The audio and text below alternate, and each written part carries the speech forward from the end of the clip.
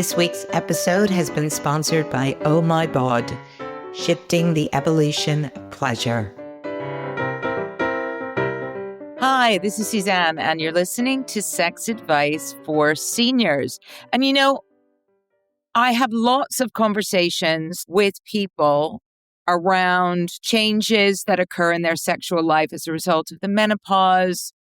I talk a lot about erectile dysfunction, which tends to start happening to men in their early 50s, really, and onwards. But I don't talk a lot about people in their 70s and 80s, mainly because a lot of the people I speak to are not in their 70s and 80s, and maybe they don't have clients in their 70s and 80s. But my guest today is a much younger woman, but she does work with much older people. And so that's what we're going to talk about. We're going to talk about much older people and what happens to them, or, what changes can go on in later lives. I'd like to welcome Emma Shandy Anway. Such a mouthful, that.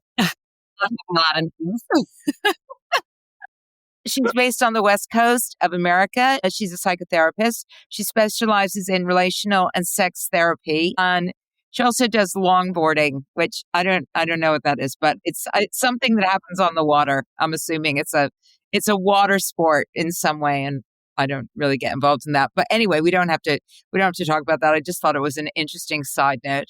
So Emma, welcome to Sex Advice for Seniors. Thanks, Suzanne. I'm happy to be here. Yeah, and we were talking just before we started recording about the fact that you do see couples in their 70s. And what is the reason, is there one reason that they come to you? Why do they come to you? Or why does somebody, give me an example of why somebody would come to you in their 70s, for example. Absolutely. So for a lot of people, when we're reaching this kind of decade of life, 70s and 80s, there is this reckoning with mortality that happens in a way that we don't see even when we hit our 50s and 60s, right? You're really feeling your age. A lot of times, a lot of clients kind of describe themselves as frail for the first time. I'm really understanding that there is a limit to my life. And with that often comes this almost push of, wait a minute, no, let's make the most of it. It's not over yet. And at least in America, we are an entirely puritanical culture that gives no good sex education. And what we find is that so many, especially heterosexual couples, go their whole life just having sex that's okay. It's fine. It's good enough. And so when we hit 70, 75, 80, and we go, wait, could there be something more? It's almost like you finally get this catalyzing boost to go, I want to push all the corners to see what is possible. And so it can actually be this liberating jump into this new world, right? That maybe you never gave yourself before. Cool. And would you when people say the word good sex, I find that a very difficult word because what is good for one person is not so good for another, right? So when people say we've had okay sex, but we want to make it better, what do they mean? Yes. Yeah. So I'm going to actually even replace my word good with magnificent. How do we make it magnificent, right? So when we think of good enough, it's all right. I always like to use this analogy of there's a granola bar on the shelf, and I'm hungry, so I'll eat the granola bar, and it was fine. I'm not really craving it, but I'll go back to it and have it. Versus if I see a piece of chocolate cake, I fucking love chocolate cake, and I'm going to eat it. And then I see it again, and I'm going to go find it. And then I'm going to be like, where did I put that cake? Right? It's like this exciting desire. I'm craving this. I'm wanting it.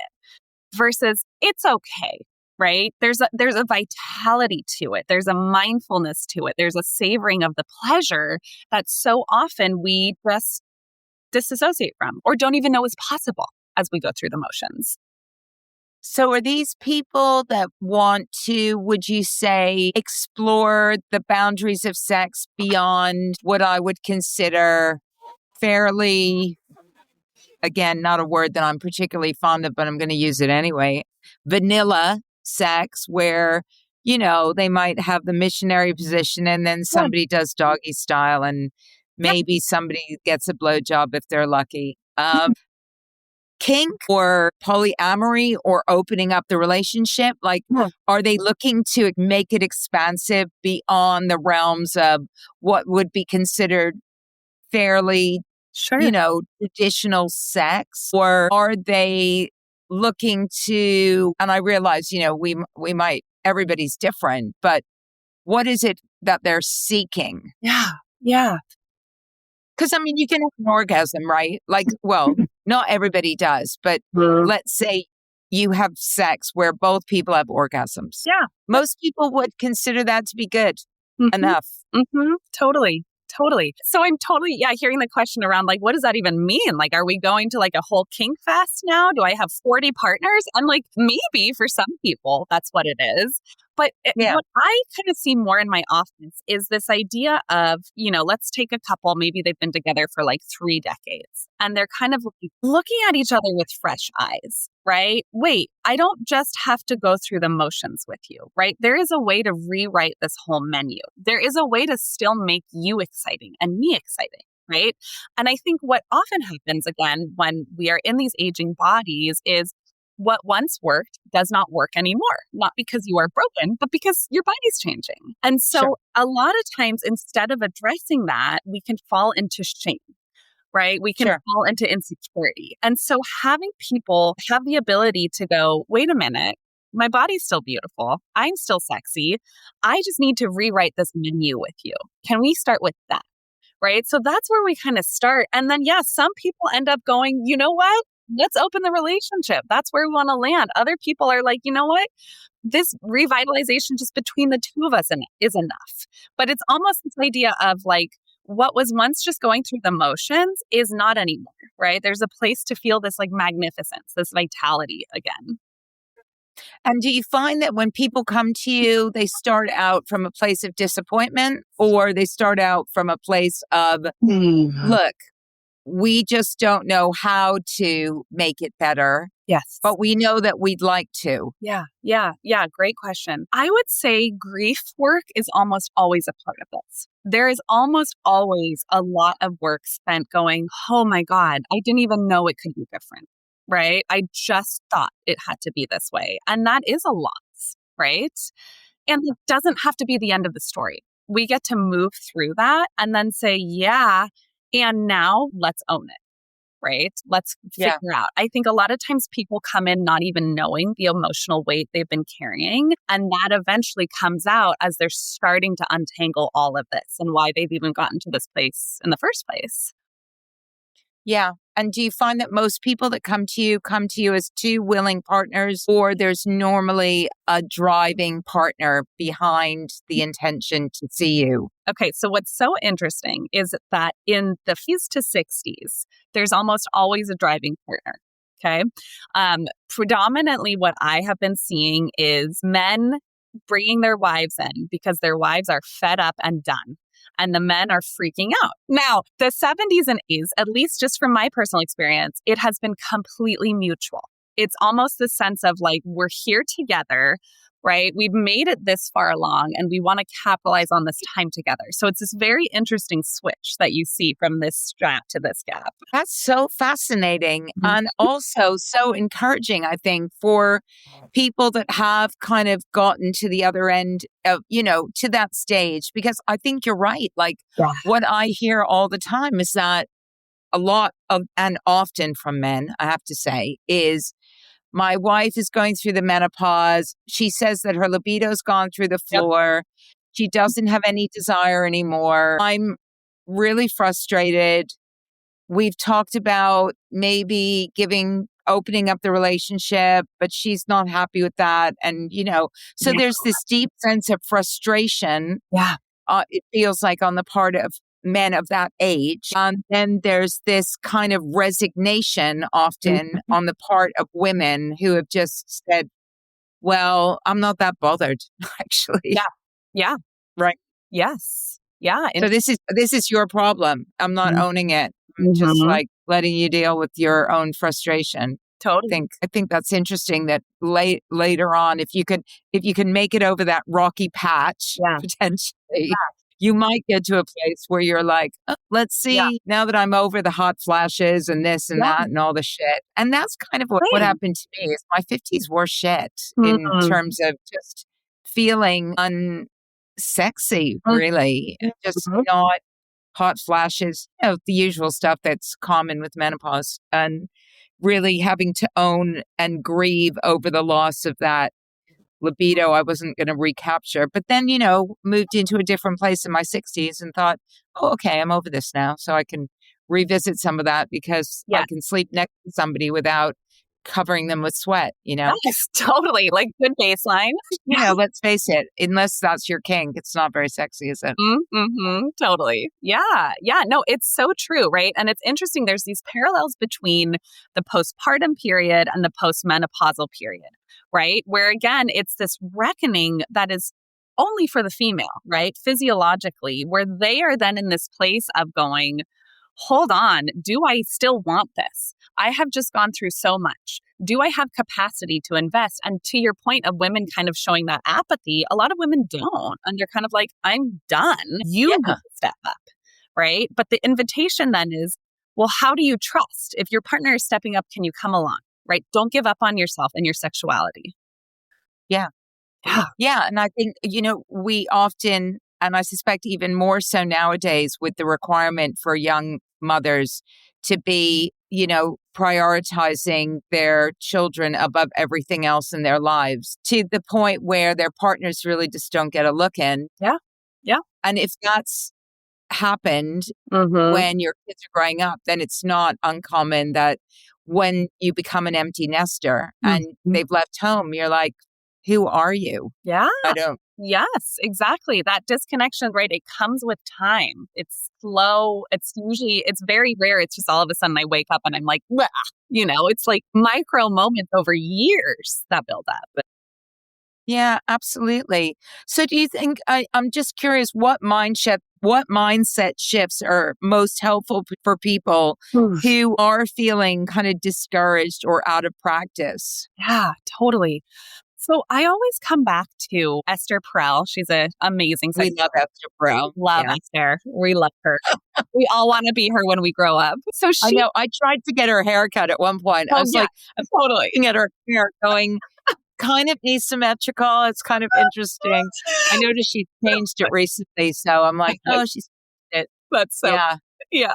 But her definition of the erotic is life force. It's your vitality. It has nothing to do with my partner or my marriage. Like, it starts with you.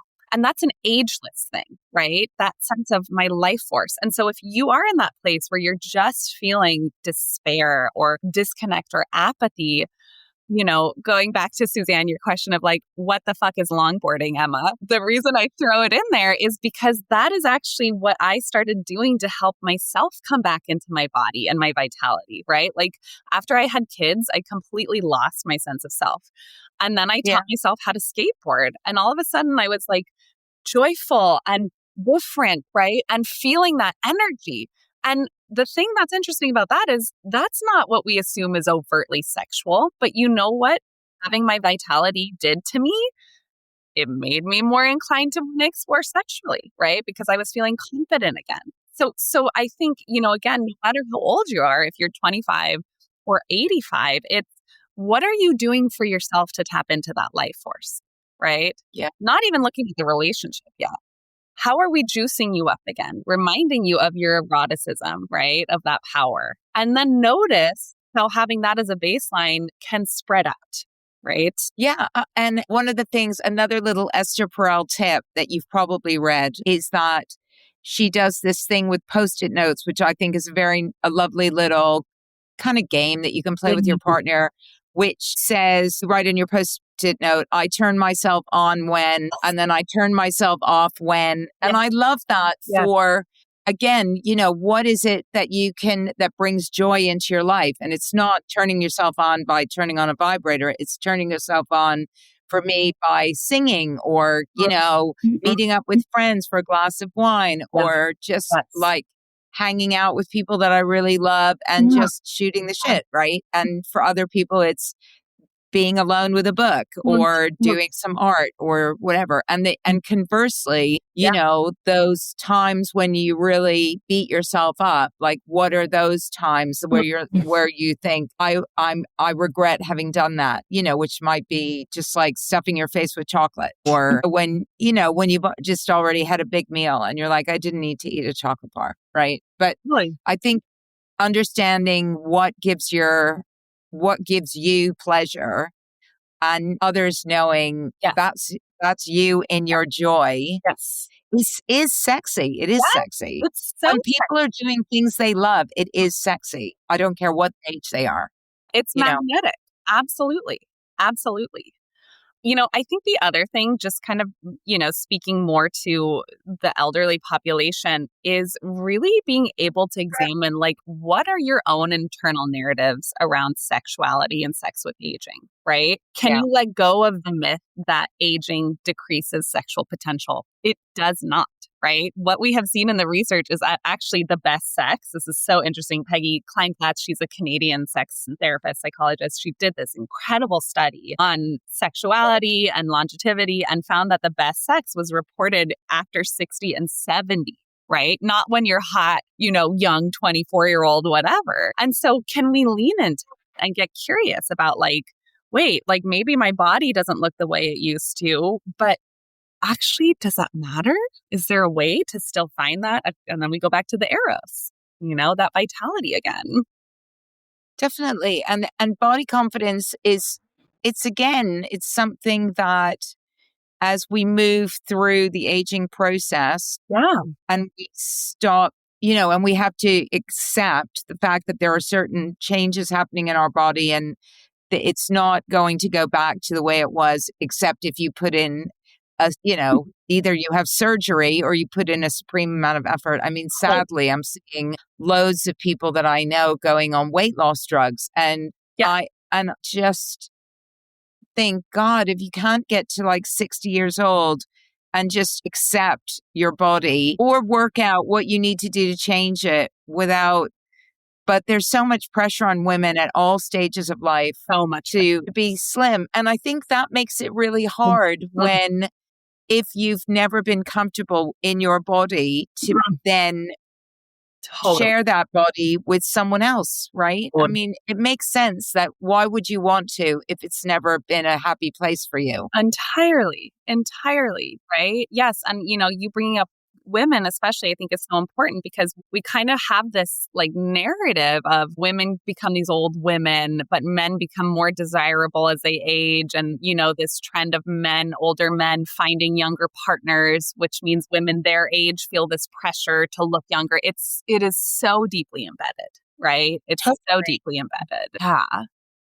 Yeah. And especially when when you are an older person, you talked at the beginning about, we don't have sex education. We don't learn anything about sex. So, and it's the same thing about how do we become comfortable in our bodies? Nobody teaches us that. No, no. It's just something we either do, Yeah. or we spend our lives wrestling with a body that we don't like. And I think for a lot of people, that's the situation, is just constantly wrestling with a body that you think is undesirable. Entirely. It's heartbreaking. It is a great unlearning, and I have two very small children. One of them is 3 and loves being naked. It's so funny. And we were at the beach the other day and my partner and I were like, give it 5 minutes. This dude's going to take his clothes off, right? And there he was. And he's shameless and it's beautiful. And people chuckle and he's just like, woo! And what I always tell people is we were all that. We were all that 3-year-old who was so embodied and so shameless. And society and messaging and trauma and slowly stripped it out of us. So then how do we refine that? Because it's not entirely gone. I really don't believe that. And if you once had it, then it absolutely is possible to find again, right? Yeah. Yeah. I mean, any practical tips there? Yeah, absolutely. Take your clothes off at the beach. Just kidding. Get arrested.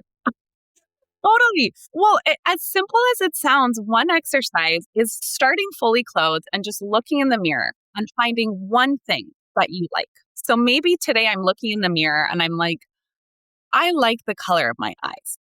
Beautiful. We're going to do it again tomorrow. No, tomorrow I'm noticing my hands are really dainty. And as simple as this sounds, especially for women, typically the default is critical, critical, critical. I look fat. I Yeah. look this. I look this. So what we're doing here is creating a new neural pathway in our brain of my body is pretty. There is something nice in my body. And with repetition, that becomes a little bit more solidified. And then we move on to the next fear. Okay, can you stand in your underwear? Let's look at your stomach. How are we feeling about that, right? Let's take it in. And again, it sounds so micro, but it has a big ripple effect, right? Yeah. Yeah. Yeah. The other thing that, yeah, well, yes, yeah. No. Over to you.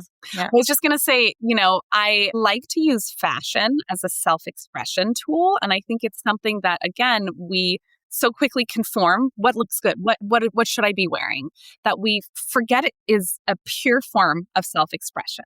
So go Yeah. into your closet and go, do I actually like these? What do I actually feel pretty in? And find that thing and wear it. Right?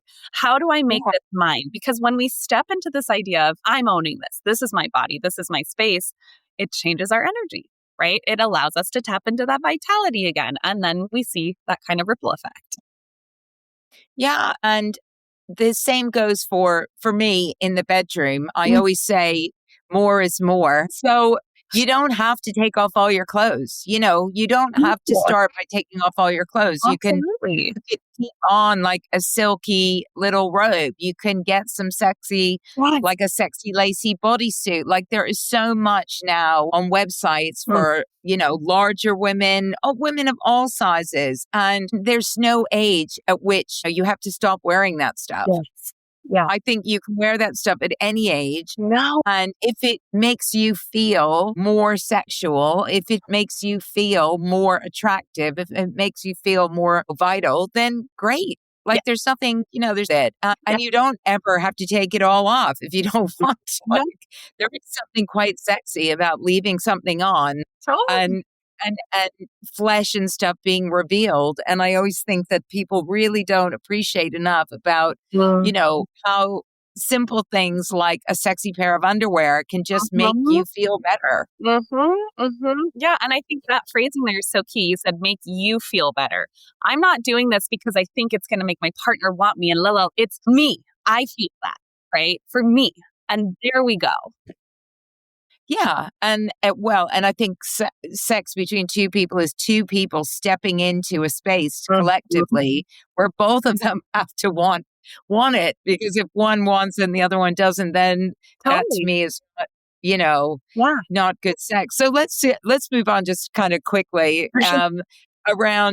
around things like alternative relationships. Do you find that in this age group as well there is more querying, more curiosity around looking at other kinds of relationships and what another kind of relationship might look like? Yeah, absolutely. Well, I don't know if you've seen the statistics around like STIs and like retirement. Oh yeah, know Right? about that.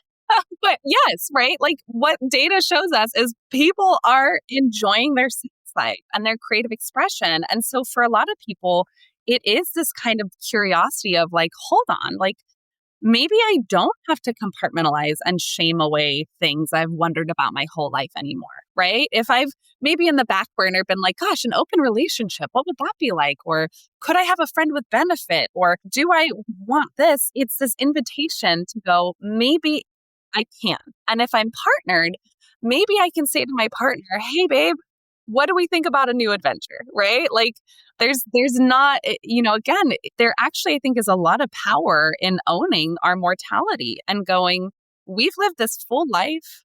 Wow. And why not? Right? What is there to lose? And when people really step into that, I think it opens up this whole treasure trove of fun things to explore. Yeah, I mean, I think the only challenge, certainly, what I've noticed is that the older that you get, the more challenging it becomes to find play partners, for example, or other kinds or kinky people or other people that might want to play around with you because it is skewed to, although it's not skewed to super young people because I've been in and around the various lifestyles for decades. I do think that there are loads and loads and loads of older people in kink, well, especially in kink, because often kink doesn't involve penetrative sex. And, if you've got a chronic illness, then sometimes kink is like much more fun than trying to accomplish things that are just, frankly, going to be problematic. Totally. Yeah. But sometimes it's, what I hear from older people who have the desire to explore is that it's really hard to find people. And I don't know if that's true in California, but I know certainly in London, there just gets to a point where it's just hard to meet people. Yes, it is. It's often I hear this, like, I've met everyone there is to meet almost, right? Everyone that's like, it makes everything feel small. And you're not wrong. Right. I do think that while it's not restricted to young people, the demographic that tends to draw towards this is a little bit on the younger side. Right. So then the question is, well, do I want to play with people younger? Do I feel comfortable with that crossover? Or am I actually looking for partners my own age? And if that's the case, then we rely on how helpful the internet can be, because truly there are so many different social groups, right? Social networks that you can get so almost hysterically specific about to look into. Yeah. And with that, though, right, it's almost like the more niche something is, the less people they're going to be. And so I do think acknowledging that that is a reality does matter, Yeah. Yeah. I mean, I think I was talking with another therapist a few weeks ago, and we were saying, one of the great things about exploring fantasies and kink, doesn't matter at what stage of life you are, once you open that Pandora's box, if you open it with a partner, you can literally start out by just making it a fantasy as part of your it doesn't necessarily have to be a real person that's in the room, It could just be something that you're talking about, role playing between yourselves, and you might get just as much enjoyment out of that as you do out of trying to go down the rabbit hole that is like finding a third or finding some kinky person. Yeah, no, and that's the thing, right? I am so pro monogamy, and I am also so pro non monogamy, right? It's like, you do you. Be careful not to sequester yourself away, right? Like, a lot of times I hear people being like, well, if I'm married, like, that's just it, right? If I want some excitement, I've got to open it up. And that's just such a lie, right? To your point of, no, there's a whole playground to explore, right? You can imagine there's endless fantasies. It's just, do you even know where to start? Do you know how to talk to your partner about that? Right. And then go on from there. Yeah. And do you use the yes, no, maybe checklist? Yes, we do. I just wrote about the yes, no. I have written a few times about the yes, no, maybe checklist, but I'm curious to know if you've got your own, or have you co-opted someone else's, or? I co-opted someone else's. Yeah. It's so funny you say that. I literally sent it over to a client today. I have this one. She's an American, and she goes by the Libido Fairy. And it's this phenomenal, I mean, it's so intensive, right? Where she breaks down, okay, touching, and then underneath touching, it's like all the body parts, and you get to yes, no, or maybe that. And then we're licking, and right. So it's very detailed, very specific. Interesting, because I'm always curious to see new ones, and I've got one by another therapist. She might be Canadian, I'm not sure, but I've just put hers as a special download on something that I've written. But I always think that it's such a great way, if you don't have any knowledge about any of this, to start the conversation without it getting awkward or uncomfortable. Totally. Right? Absolutely. Yeah. To outsource, to kind of like giggle together, like, ooh, I never even thought of that. Right. Yeah. It's so helpful. Yeah. I love it. There's Esther Perel's got some little tips and tricks, but fundamentally, it doesn't seem like, and I could be wrong about this, but it doesn't seem like there's a huge amount of activities like the yes, no, maybe checklist. I've got this thing Yeah. called Pillow Talk, Yeah. Mhm. which is cards for intimate conversations. You've Mhm. probably seen that from Mhm. the School of Life. And they do 2 or 3 other sets that Yeah. I think are really good. In Yeah. fact, I might even buy these for some Christmas presents Oh, now that's that a I'm great idea. Yeah. looking at it again. But I think that, people could use more of those sorts of techniques Yeah. to make it less scary Agreed. to talk about all of these things. Yes, agreed. It's like adult swim lessons, right? Like I know a lot of adults who just don't really know how to swim, but it feels so embarrassing, like they should know how to swim, that they don't. Same thing. A lot of people, especially when we're this old, oh my God, how have I never learned how to talk about this? Because nobody taught you, right? And so to have tools and things to read and check off and work through, so appropriate and helpful. Yeah. Yeah, definitely. And I think we just need more of those. So, Mhm. anyway, Mhm. God, we've reached the end. How is that even possible? It's been very fun chatting with you. It has been super fun chatting with you as well. And I've really enjoyed hearing about the older people that you work with and how there's still that inclination that there could be more out there, that there are experiences, sexual experiences that they still want to explore and try. I think that's always so encouraging. And for Mhm. every listener out there, it's just never, ever too late No. to explore any of this, never too late. And it doesn't really matter if you've got health conditions, all of this stuff can be worked around if you want to. Bingo. Absolutely. If you want to, that's the key. Yeah. So, Emma, have a lovely day out on the West Coast. And enjoy your evening. Thank you.